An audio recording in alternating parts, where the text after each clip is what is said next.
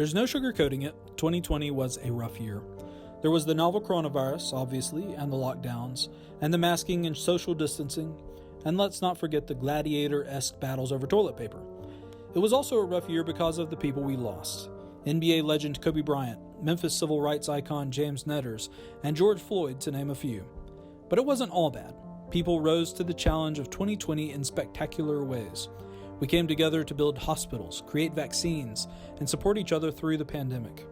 As 2020 comes to a close, let's look at the good and bad of these past 12 months.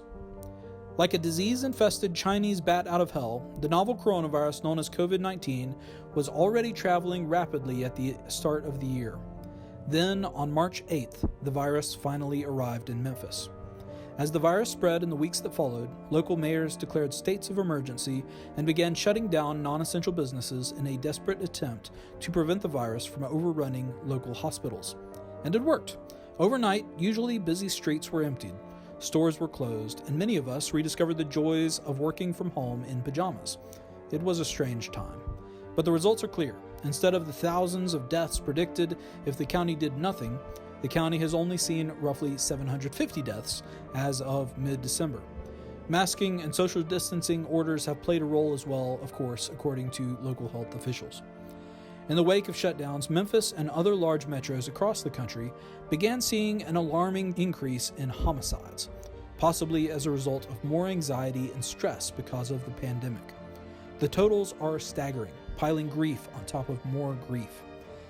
Memphis logged more than 300 homicides in 2020, shattering its previous 2016 record of 228. And even more tragic, more than 30 of those victims were children.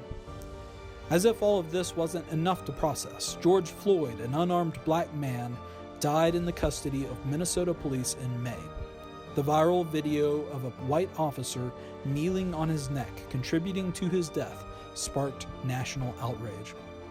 The pent-up emotion over police officers killing unarmed black men without prosecution burst forth, leading to weeks of protest against police brutality in cities across the nation, including in Memphis. And then we were in the heat of the summer months.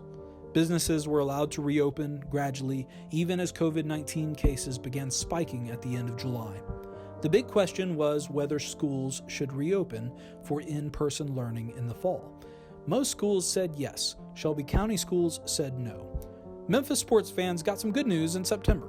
The Memphis Grizzlies' Ja Morant was named the NBA's Rookie of the Year after leading the team out of the abyss and to the verge of entering the playoffs. It didn't happen, but it almost happened, and that's more than what anyone thought would happen.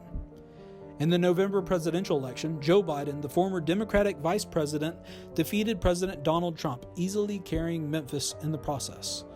And then we're to December. Ending the year on a high note, there's a light at the end of the COVID-19 tunnel.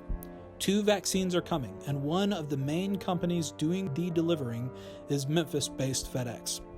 Delivering the vaccine across the country is a Herculean task at any time of the year, but especially at a time and during a year when so many of us are doing our holiday shopping online. When they write 2020 into the history books, FedEx and Memphis will have played a key role in ending the pandemic. So no, 2020 wasn't an easy year, or even a good one. But here's hoping 2021 will be a better one.